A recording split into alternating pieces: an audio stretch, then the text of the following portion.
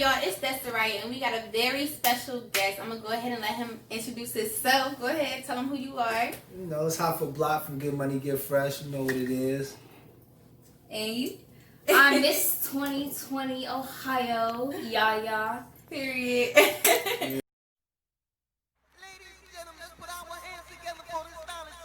Gonna jump into you. So first things first, you know, we were speaking earlier and you was telling me, you know, a little bit about what you do. I want to get you to explain to them what you do, because you got a lot of stuff under your belt. So go ahead and tell them, you know, what you be doing out here. I mean, the gist of things, we a multimedia company. You know, we upper echelon multimedia company. So we can shoot the video for you. We can get the video shot for you. We can record you in our studio, or we can take you to another studio that we deal with and get your song recorded. We can produce you the beat, or we can get you with the people that need you to get you the beat. So any industry need that you got, if you need us, we can comply to that. If you need us, you know, and we pride ourselves in, you know, aiming to please. Right. So, you know, anything in the industry, though, holler at us, whatever it might be.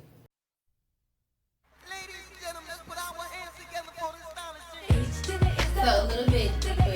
Welcome, ladies and gentlemen. When did you start doing this?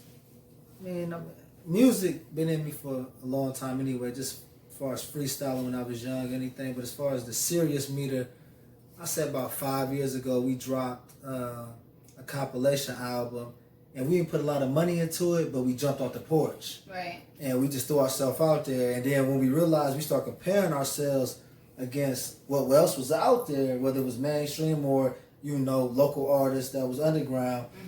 And we got a rude awakening, like, oh yeah, you gotta invest in your product. Right. Like, flat out. So, you know, we kept building and got to this point now where we've been, you know, climbing up the ladder.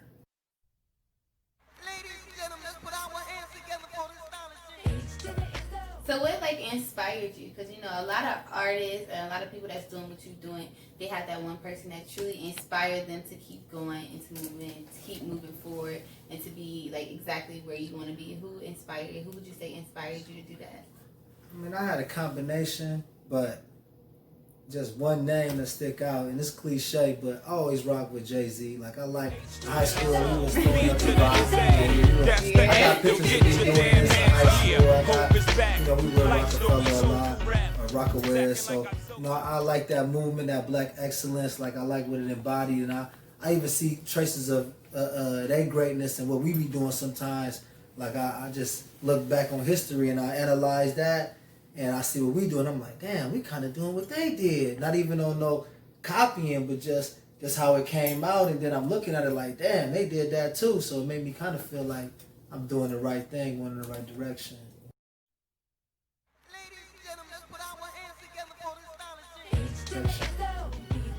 So speaking of doing the right thing, what I like to ask a lot of people is, what do you do for your community or for the youth? Because right now we got people doing, you know, rapping about drugs and killing and stuff like that. What can you say that you do different from other artists about your community to help out for the youth? I mean, not only is our music a lot of consciously, you know, considered before we put it out, but our message, you know, we definitely consider that, because we got kids that we raising too, and right. You know, nieces and nephews and people that look up to us.